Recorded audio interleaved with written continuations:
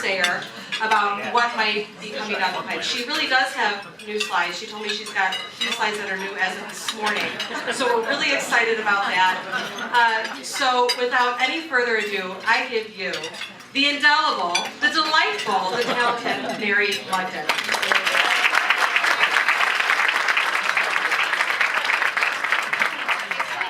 Right, the official title of this talk is something about capital market insights, property market, and economic outlook. Right, Lindsay? Something like that. And the word insights, I am not feeling wildly insightful today. I think it's because of the Donald, but it could be wrong. Because I have a PhD in political science, but I cannot predict what he's going to do next.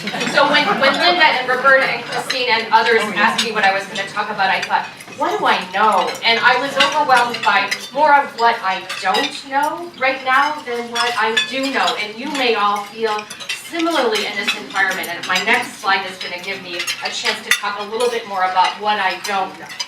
Before I do that, I promised Lindsay that I would try to weave this talk into the theme for 2018 and the theme for 2019. And I can't tell you I fully internalized them, but here goes.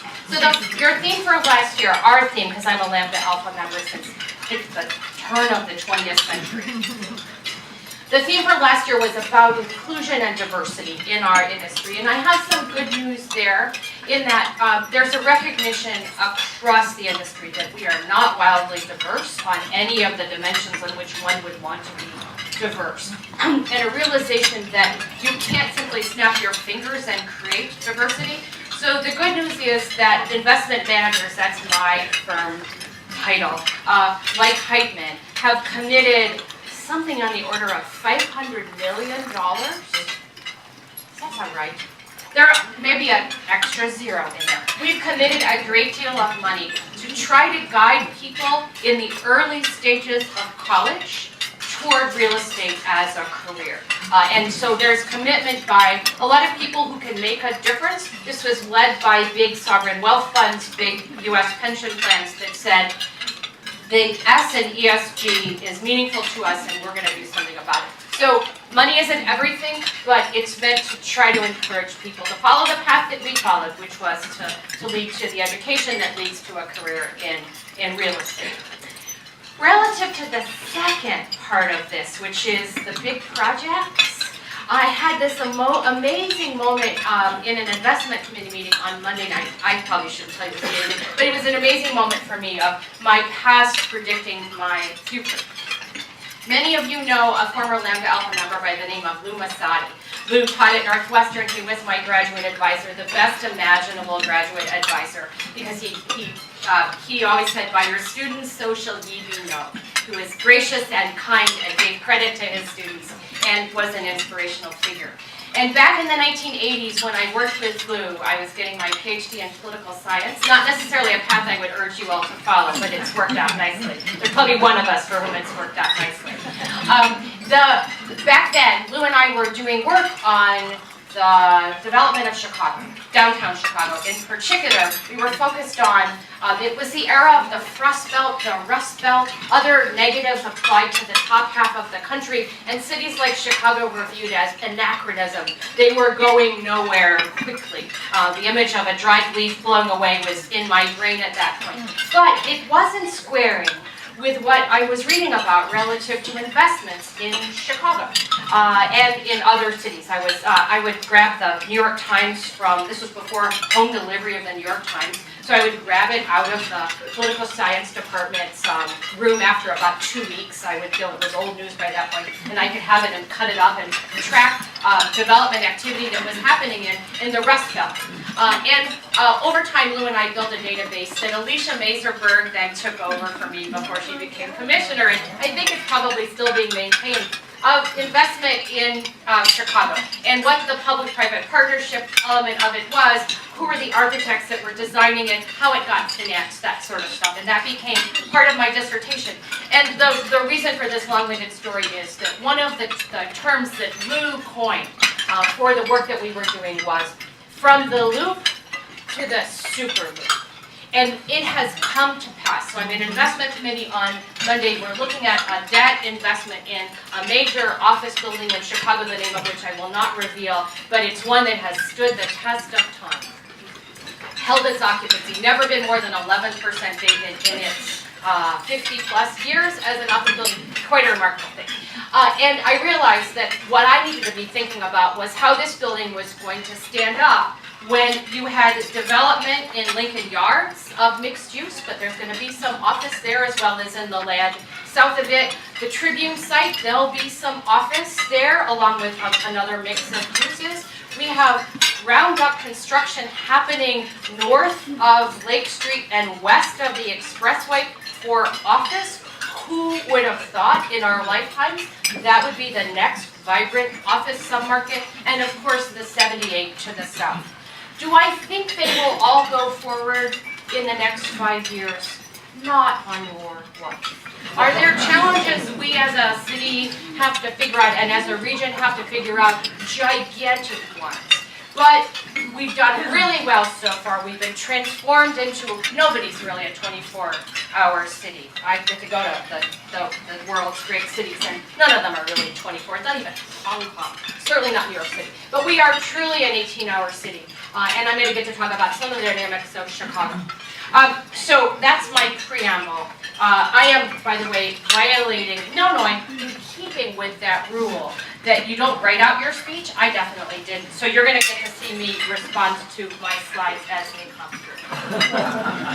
Some of you were here last year, and I think I'm going to use this forever, or at least until people are out of office, and I have to plug in a new one. These are some, I've entitled this, if you can't see the back, Leading Actors in the Age of Anxiety. This may not be my theme for long because it's making me kind of anxious, but nonetheless, these guys and other dynamics are causing anxiety that's evident in the markets. Right now, by the way, U.S. economy is in really good shape. It's the financial markets that are the volatile part of it. That's an important note. Okay, so about the Donald.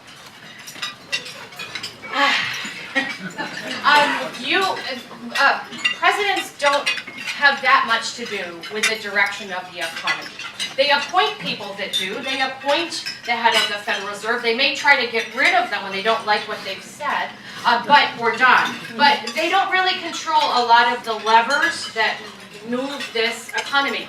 But you can engage in trade wars that can have implications for how the economy does. You can shut down the government, and I think the estimate is 5 basis points negative GDP per week of government shutdown. We just don't have that much to play with. Last year GDP was a little over 3%. You just don't want to be, I was about to use a crude word that I'm self-editing as a part of maturity. You just don't want to be playing around with the economy, especially when it's been growing for 9 years. You know, there's a wonderful line that economic expansions don't die of old age, but they get murdered. Well, you can murder it. Let's hope we're not doing that. Brexit, talk about murder. I've been in something of a news blackout since about 5 o'clock last night, so you probably know much more about Theresa May and the expectations for will this be a no Brexit exit or will there be a referendum. One can only hope that they have a chance for a do-over. But Brexit is not wildly influential for the U.S. We are a relatively closed economy. We're not a gigantic exporter, but we do care what happens to Europe. And Godspeed to them. Figure it out.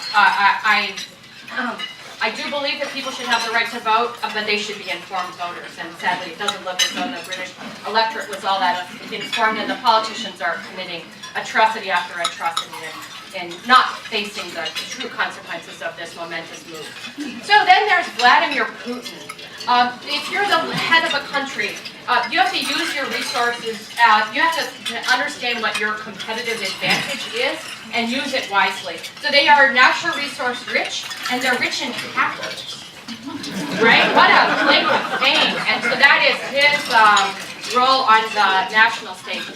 Oh, I was about to say something overtly political, so I'm not going to. I'm going to move on.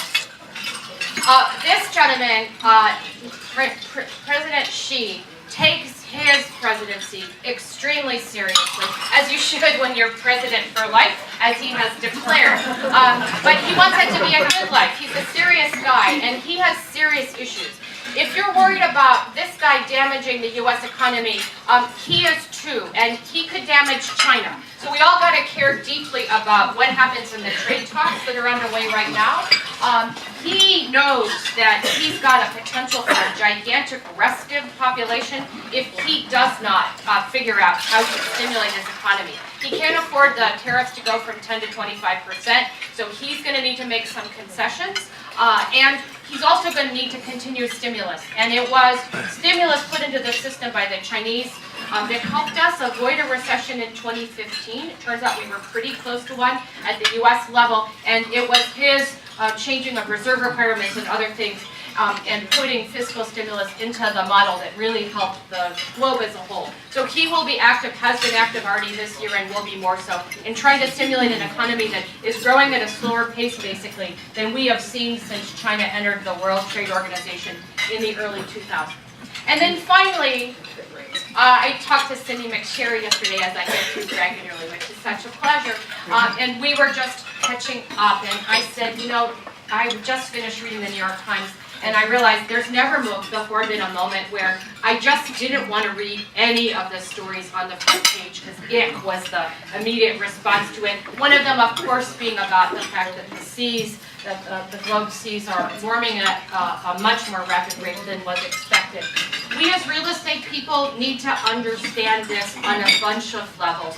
First, we are the primary generator of carbon after cars. Second, what is happening now is the potential for value changes that relate to somebody realizing that the property that they bought is exposed to sunny day flooding, if it's Florida, or exposed to heightened risk of extreme weather events like heat rise or hurricanes.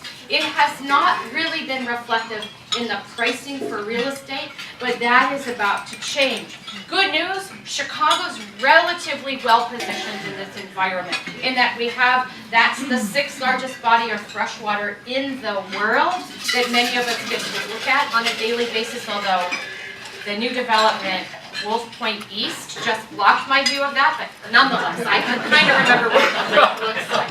So we actually have access to what's called blue water, fresh water. It's a big deal. And climate change is going to mean warmer winters for us.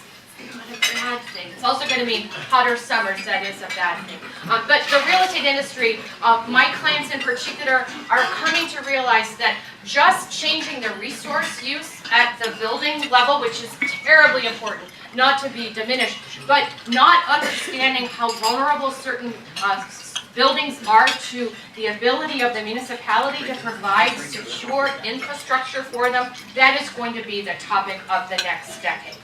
All right, so things that I am not sure I know about that I should tell you about. I don't know when the next recession will be, but I would tell you likely within a 5-year hold for those of you that are buying property, those of you that are building property. It's a hard thing to be developing into a recession. So this is a tricky time. Do you go forward on a project or do you not in this environment of uncertainty? I don't know who's going to blink in the standoff between China and the U.S., but I think he will. At least he'll make some concessions such that that guy doesn't bounce the tariffs up to 25%. I don't know how Brexit will be resolved, but it's really essential. And so now I'm going to dig farther into what I don't know and what I do know. Here are some things that I think I know. The economy's at peak growth, reflecting the enormous fiscal and monetary stimulus of the last several years.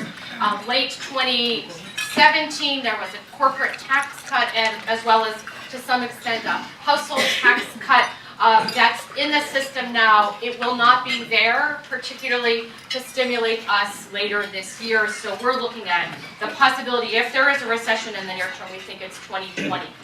The U.S. consumer is driving the economy right now, helped by wage growth, which is at the highest level it's been for more than a decade, and that's the good news. Unemployment, as you'll see in a moment, is extremely tight, and remarkably, given historical relationships, we've got low unemployment and benign inflation at the same time. Recession risk is rising, but let's put that in context. Oxford Economics, whose data we use, took it from something like 16% to 21% recession likelihood in the next 12 months. The problem is that you often go from very strong growth to recession rather quickly. So you can feel so good and then the next moment so bad. Yields are just off historical lows. I'll show you this real capital analytics data in a second. And there is some divergence occurring by property type. Market conditions are generally healthy, but new supply is a factor in some markets. CBD apartments, as an example. It is weighing down on not so much occupancy, but definitely on rents. That's the standout sector. Some of my favorite sectors that have been strong performers historically that I'm not going to talk about today, other than right now or in Q&A. Self-storage, senior housing, student housing, many of them are overbuilt because they did so well coming out of the economic downturn of the global financial crisis that people were willing to lend on them, they were willing to develop them or convert from a vacant grocery store to climate-controlled storage, and now we have an abundance of it nationally. Still great sectors, but near-term challenges. And I've said this now, I think 5 years running, given the point in the cycle, we are adding defensive strategies into the mix. So we like those sectors that I just mentioned, but we have to be more careful in how we buy and lend on them right now because we're dodging a lot of new supply. A couple of new charts you've never seen before. This one is about the widening of the economic expansion, and we're using data here on the number of unemployed people per job opening, and this is done regionally. So you can see that there was pretty significant diversity or divergence by region after the global financial crisis hit. The green being the Midwest, we had the worst relationship of people unemployed to job openings, but today we have the lowest. Mind you, regional data aren't really great, and I'm not sure Chicago is necessarily feeling that, but a little more detail on that in a moment. So it's great when you have all parts of the country, broadly speaking, participating in an economic recovery and expansion, which, by the way, come June, it will be 10 years of economic recovery and an expansion, even if it doesn't feel like it. By the way, as well, all of these slides are going to be available to you, so if you're not having an easy time reading them now, you'll be able to do it at your leisure at your desk. Here we're looking at unemployment, which is not a perfect indicator of market health. It's kind of a muddy indicator. Unemployment can often rise as people re-enter the market because their confidence is higher. So it can get a little weird on you. But the good news is that, broadly speaking, these are metro areas. The yellow dots are the current unemployment level. The green dot or diamond is a year ago unemployment, and then the blue is the worst. So Chicago is right here. We have unemployment that's under where we were a year ago. This is as of November, I think. And well under the 7% that we reached at the worst. This is a metro number. We are not the lowest by any means, broadly speaking. Those are the tech-dominated markets. This is San Francisco right here, for instance, San Jose, but not so shabby. I'm going to skip over a few of these. You can look at them at your leisure, and you're welcome to reach out to me with questions.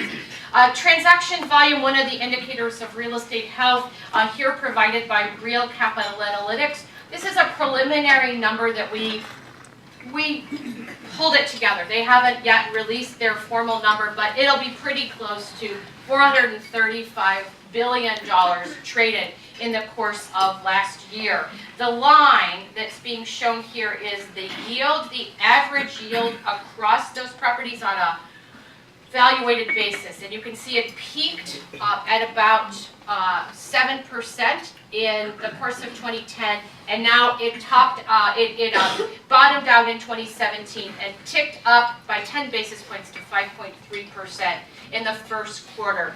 That was driven by an uptick in the cap rate for retail properties that traded. Apartments were basically flat in their yield. Industrial continues to be the darling property type, and yields actually declined for that. Office was up a little bit, but most of the major office buildings were not trading in 2018, particularly in New York City, where the Chinese buyers being not active in that market caused the market perception to be that yields were rising, but not a lot of assets traded. This is a complicated chart for those of you that are trying to figure out pricing. I've used it before. Let me give you a quick explanation. We are comparing the yield for commercial real estate with the 10-year treasury in this cluster of columns, as well as the other one that I look carefully at, to try to make sure that real estate is being fairly priced in a context of other financial market indicators. And we're showing you yield spreads over 4 time periods. The 257 basis point difference between the yield for real estate and the 10-year treasury, that's the 20-year average number. Then the green is the where yield spreads were in the run-up to the tech bust of 2001.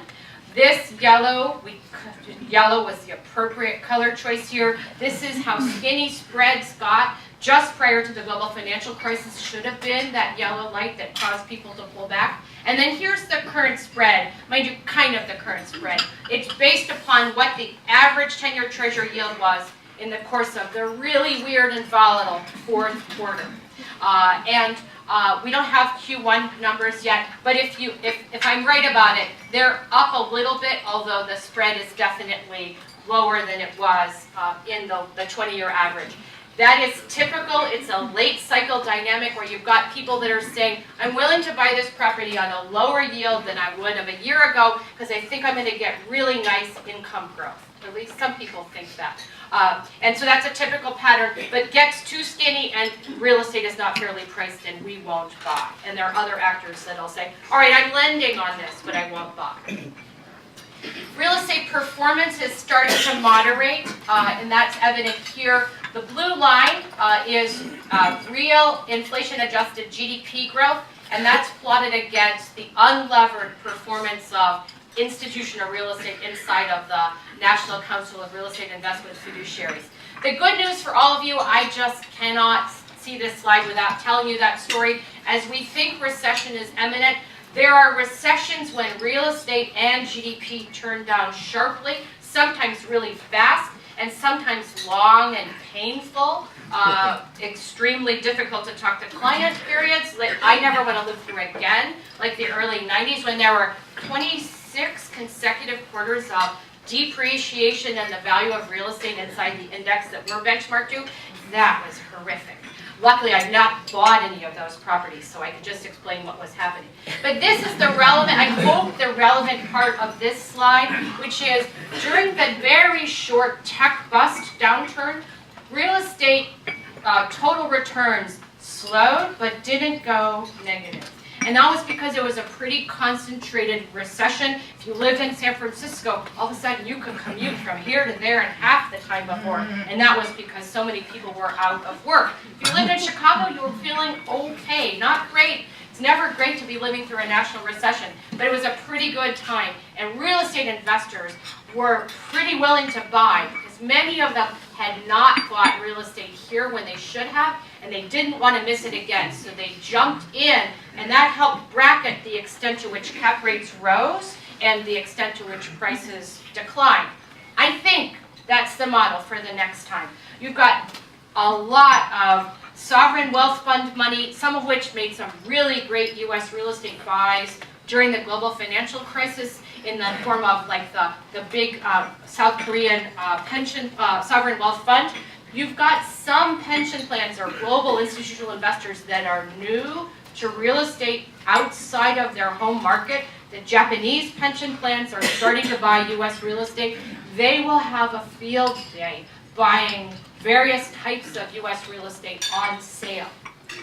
That will help bracket the extent to which we see. I don't think cap rates are going from the current level up to 9% that they were at one point. They're not going back there. And the extent of investor sentiment about real estate will affect the degree to which cap rates rise in the next downturn. And I think sentiment's going to be strong. One of the most interesting dynamics of the recent era has been to see how individual property types are performing relative to one another. This is data on same-store net operating income trends by property type back to the year 2000. So it captures the 2001 downturn and it captures that horrific downturn of the global financial crisis. And now you can see how long our expansion period has been. And the irony of a long expansion is a wonderful thing, right? Lots of wrongs are righted in the course of that. But what it does mean is we've had enough time for significant new supply to be delivered in these star sectors like apartments, which was the first sector, that's the green line. It was the first sector to come out of the economic downturn and start seeing strong NOI growth. And that became the green light for a lot of new construction, both equity and debt available for a wonderful sector where you're never stuck 3 years after you signed a lease at the bottom saying, damn it, I wish I hadn't signed that lease. That's the beautiful thing about apartments among the great demographic backdrop for it. But you can see that level of NOI growth, it fell off as the first round of deliveries were made post-downturn, rose again as they got absorbed, and then has come down to levels that are unheard of. Historically, apartment NOI growth has been close to 4%. It's at 3.7 now. I'm sorry, the 20-year average is 3.7, and look, it's closer to 2%. That's a national number. We've certainly got individual apartment properties that are doing very well, particularly those in suburban settings, highly amenitized suburban settings where there hasn't been a lot of new construction. The darling this time is industrial, which is having a cycle unlike any other, as it's benefited from all of the online shopping that we do, all of the need to get that online bought good to you faster, and that has meant it is behaving unlike any time. It's never, well, we don't have data forever, but it's never been seeing this sustained period of strong growth. And then finally, retail. Retail and office were the stalwarts in institutional portfolios. They had long-term leases. They were viewed as steady, solid things. We put granite and marble on the exterior, and the cash flows were at least thought to be like that. And now they're being upended by, well, online shopping among other dynamics in retail. Office is really more about design trends as well as leasing trends. And remind me to tell you about those when I get to office in a moment.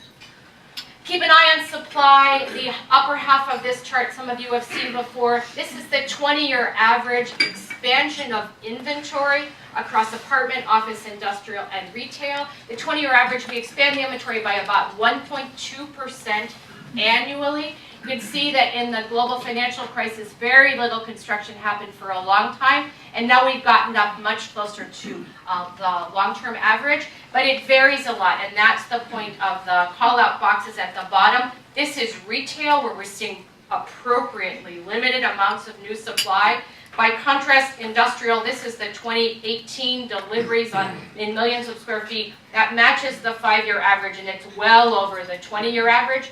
Office has been pretty muted this time, although still having a big impact. And then apartments. Each year we think we've hit the peak deliveries for apartments. We thought that for 5 years, how wrong we can be. It looks like maybe 2019 will be the peak year for deliveries, but already apartments exceeding the 5-year level and the 20-year average. I could probably just speak from this slide for the rest of the time, and I may have to. But there are dynamics that are underway, the likes of which I've never seen before. So let's start with retail, where you've got shifting retailer formats. The department store is on the wane globally. Every little town, every big town in the US used to have its own. And today, it's all Macy's. And a few others, and they're not so special, and they don't seem to be the time savings place or the place that my mom would have put her white gloves to go downtown San Francisco to visit. It just doesn't entice the average mortal anymore. And so we're watching Macy's cut back, and that same dynamic is occurring in Australia, not so much in Tokyo yet, but it's coming, and it's for sure happening in London. The online thread is real, more on that in a moment. People are looking for experience. You architects, please help diversify what that experience looks like, because there's always a risk that it becomes more formulaic. Of course, whoops, sorry, I don't want to get ahead on that one. Industrial is the beneficiary of retail's loss. E-commerce growth is driving significant demand for the warehouse and distribution space, both in big regional locations and in the final mile locations. Amazon is driving this not just in the US, but in many parts of the globe. And when they shift their logistics model, recently they went from trying to deliver things to us on average 2-day delivery time, and now they'd like to be closer to a couple of hours, and that's meant a surge in their logistics demand, and anyone who needs to compete with Amazon. And today, that's not just the mall retailers, it's the grocers. And they're having to spend their CapEx dollars on building up delivery models, not on keeping their stores full. And my Whole Foods, don't get me started. It was out of broccoli on a Sunday night, for God's sake. Now, mind you, we own this center, so I felt compelled to say something. But I don't think they were that responsive. All right, so office. This is really important. Office is being upended. Once upon a time, once in the 80s, investors in institutional funds like what we had, JMB and Heitman, they could have an entire portfolio, a diversified portfolio just of office and retail. They were viewed to be permanent and solid because of these long lease terms. Well, lease term is a sticking point for an increasing number of you. We are working on, it will be done today, I hope, a paper on co-working and creative office space written by 2 members of my team who happen to be under 35, and they see the world differently than I do. One of them explained to me what the excitement is about WeWork, and he said, I can go online and give somebody on a website the dimensions of my body, and in 24 to 48 hours, I can get a pair of pants that's custom made to me. Why would I hire an architect and a broker and a space planner to, I might have gone a little farther, but why would I hire all these people to get me fitted out for office space when I can go to WeWork and be in business tomorrow? This is the challenge that many of you are going to intersect with, and some of you will do well with that. But we need to understand, the lease term in London used to be 20 years, average lease term, 20 years long, and this thing called upward-only rent review. Never really lived that, don't really understand it, but it meant these were solid assets. In downtowns in the US, lease term was often 10 years, sometimes 15 years. And some of those leases are being signed. Who just signed at the post office? See, Matt, did you get a 15-year lease? Am 15, I right? 15. All right, those are the rarity. Bless you. Bless you. I didn't do it. Because the other end of the spectrum used to be the 3 to 5 year leases in the suburbs, and now the other end of the spectrum is the 30-day lease from membership with WeWork. And that is changing perceptions about what you as the office consumer can expect. Office has gone from being an object to being a service. We can just stop there for a second and think about that. It's really remarkable. Are we going to see, is everybody going to work in WeWork? No. Is everybody going to want these short lease terms? No. When we get in the middle of a recession and you guys are about to renegotiate your lease, you're going to go as long as you can. So long as you feel comfortable about what your business looks like. Because you're going to want to lock in those low leases. So it's not going to change everything, but it's starting to change around the edges. And then finally, the living sectors. I think I'm going to skip that because I'm going to go into some more detail. This is just for fun for you all. I'm talking about what I know as well as what I don't know, and that's the whole point of this. It's a chart, it's a cartoon taken from a book that you need to find called The Illustrated Book of Bad Arguments. And a little squirrel on the left is saying, I've never seen food that isn't circle-shaped. All food is therefore definitely circle-shaped. And then his colleague, or hers, says, I've never seen food that does not have straight edges. Anyway, I'm talking from a relatively short period of time, and there's nuance to how office behaved in the aftermath of the tech bust that may or may not be relevant to how it's going to behave after whatever our next recession is. Right, so I'm trying to show a little humility here because there's a lot that is really interactive, multivariate stuff happening right now, like climate change. like disruptive technology, but this is just a bit of humor about that. And speaking of disruption, here's my Venn diagram. You've got the collisions happening right now between economics, technology, and demographics. The most relevant element of that relates to this chart, which is showing you that millennials are now the largest cohort in the workplace. As a boomer, I am giving my office over in a few years to a millennial, or maybe even one of the people that comes after the millennials. So there are demographic-related convulsions that will be happening, already are happening, as the baby boomers and all of our issues give way to people with other kinds of issues. How about that? I'm going to give you a really quick trot through. I have 4 minutes to talk about 4 property types, so let's just stay at the highest level. Apartment fundamentals, this is national data. Take it for what it's worth. Because there's so much regional variation. But you have an instance where the red is completions, the blue is demand, and then the outcome of those is occupancy. And you have pretty good occupancy because you can buy occupancy in the apartment sector, but you've had how many years in which red has outpaced blue? 2 years in which there was more supply than there was demand, and this past year it's been pretty close. Great demand, a little bit oversupplied, particularly in the luxury category. And it's come up with things like this, particularly this is looking at expansion of inventory. This is urban settings nationally versus suburban. Slight uptick in the suburbs, but this is where if you catch the right suburb, the opportunities are really great because they just haven't seen that much in the way of new supply. NIMBYism, rampant. Imposition of affordable housing requirements. Don't get me wrong, affordable housing, we need more of it. I'm not sure I fully understand why apartment developers should be the provision agent for it. I fear it's just going to mean less housing supply broadly and not solve the problem. So we need to think about that as an industry.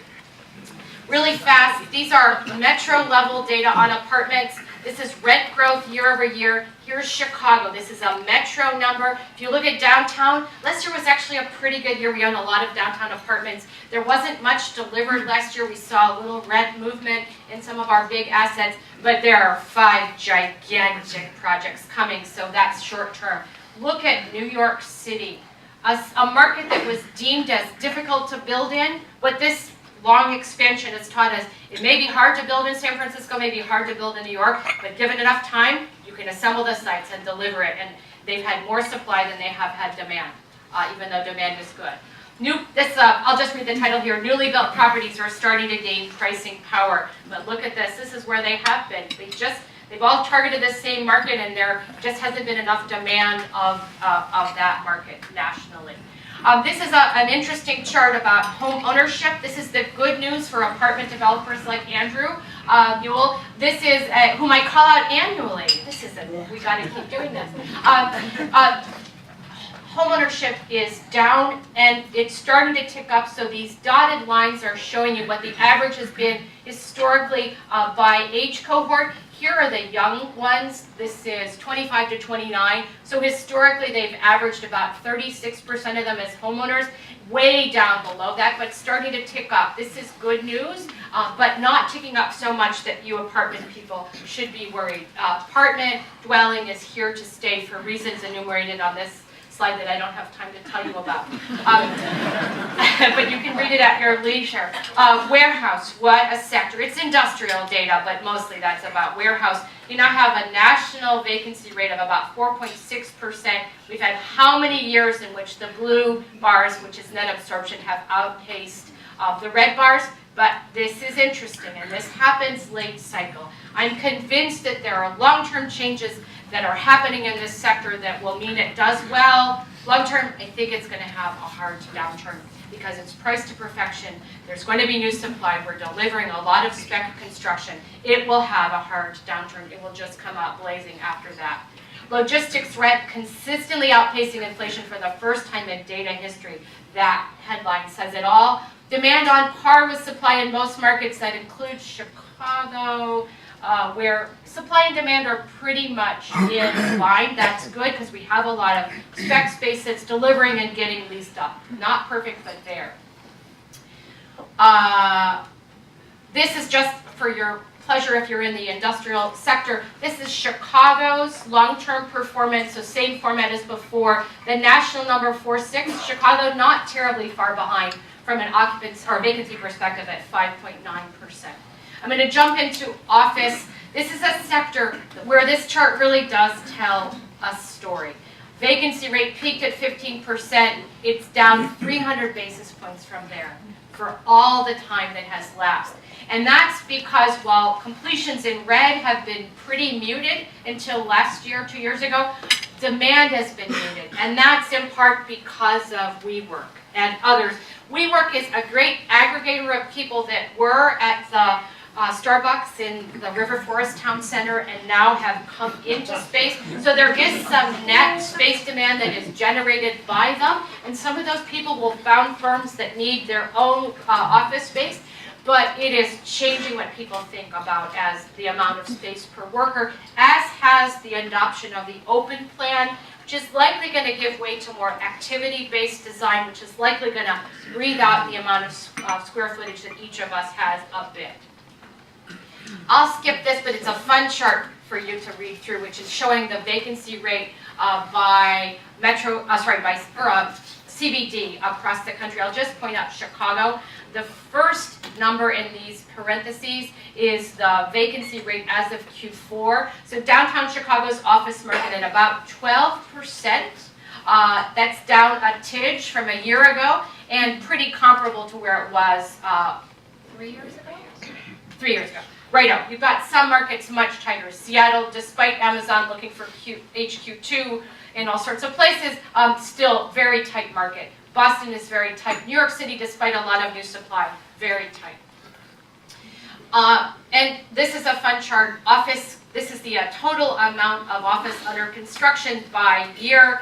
It's peaking at a significantly lower level, and that's a good thing, given changes in how we use space. The point of this chart is that the newer buildings are capturing more demand than older buildings. There's some exceptions in Chicago where our lovely Art Deco buildings are doing awfully well, which is great.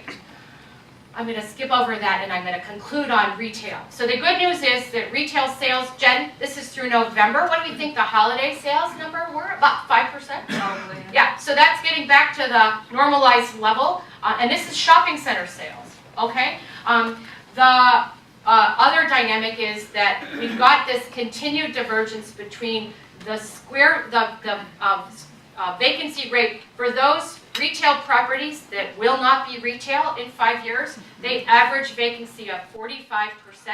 That's by contrast with the blue line, which is tracking the vacancy for the healthy shopping centers, and their vacancy is only 2.2%. Bad news is not a lot of push on rents. We can replace vacant tenants if they're leaving, but we cannot replace them at higher rents. We need a lot of retail to die first before we get that pricing power. And thank you, Sears, and others likely going to happen. This is bankruptcies. They're elevated. This is the 15 bankruptcies in 2018. It's down from 2017, but the oddity here is historically bankruptcies happened during recession periods. Here they were happening at the end of a long economic expansion. There's detail at the bottom of what stores closed, what chains closed, and how many store units they had. But this is the more fun chart that wondrous Jen Wickman created for me, which is looking at who were the losers or the closers in the year 2018. Let's ignore that and go to those that are opening. And how many of these are clicks to bricks retailers? So they started online, and despite protestations to the contrary, have realized that there is a value to a physical presence, led by Amazon, the original of the online-only retailers, found a reason to buy a grocery chain, open cashierless stores, and buy Casper, that you wouldn't just buy a mattress online. What a thought. There are other physical retailers, particularly in the treasure hunt category, like Ross Dress for Less, Burlington, no longer Burlington Coat, that are in expansion mode. But it's really this clicks to bricks concept that has been the most important. We've been saying it for years. I want to note that we were early on in realizing that online only was not going to work for many, in part because of this chart.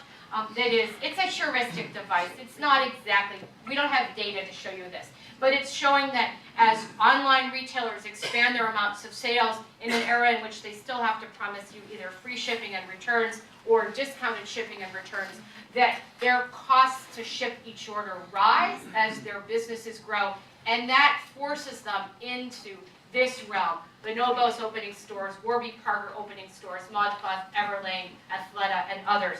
They're not opening a lot of stores. They will not open 5 stores in Chicago, but they are opening stores. So they make the case for the role that physical retail will play. We just need a lot less physical retail than we have. I'm going to just close on this fascinating slide. I find it fascinating. That shows department square footage over time for Macy's. Sadly, it looks as though my scale went away, but this period is 2008 through 2018. So you can see Macy's down. There will be, this is not a prediction of exact proportion, but there will be many fewer Macy's by the end of 3 years from now. JCPenney, similar story. Look at Kohl's, a little bit of a uniqueness, but look at TJ Maxx. And this is the argument for the kind of retail offering that is working in this environment. I'm well over my time, and I don't exactly have a conclusion other than I'm feeling a bit less anxious having talked to you all. I hope that you have a great year. Step carefully. Change is coming. Change on dimensions you may not have expected whatsoever. But gatherings like this help us to air out what we're seeing and try to think it through as a group. And for that reason, I am honored to be here with you and having shared my insights or the lack thereof with you all. Thank you.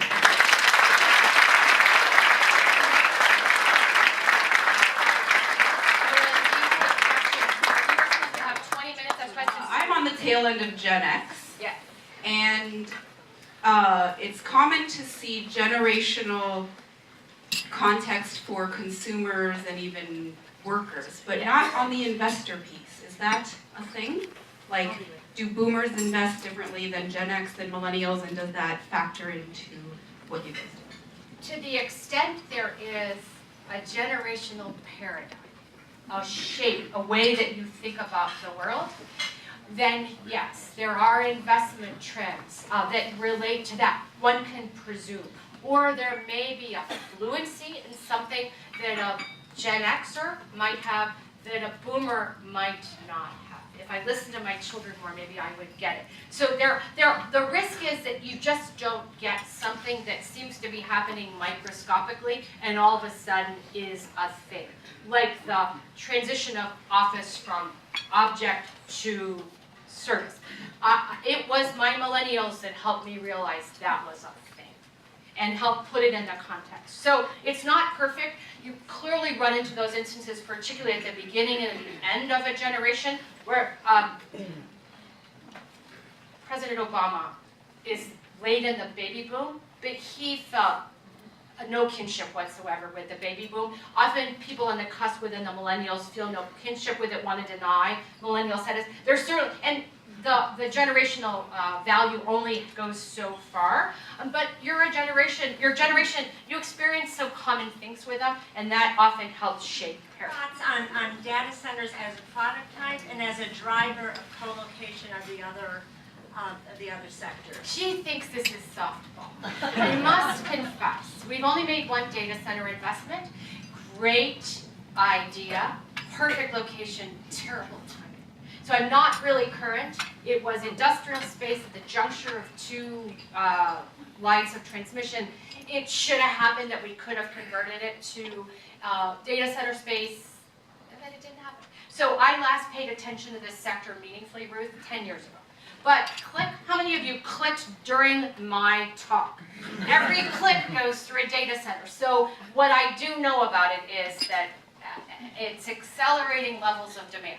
What I know as well is it's extremely high fit out, and there's got to be some obsolescence to it. The co-location part, I'm not sure I know. Ruth, I'm sorry. You thought it was a softball. We need to talk in advance.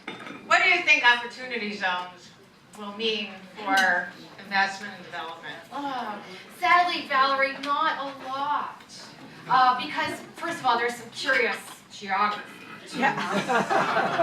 You Chicagoans, right? The Fulton Market is in an opportunity zone. Yeah, we needed that, didn't we? And I'm not a tax attorney, and there are no doubt are tax attorneys here, but my understanding is that it fits nicely for certain firms, certain people that want to invest. It's not moving the needle for us as investors. It's got a very narrow window to it, so I fear that it is not the urban initiative that we as urbanists would all want.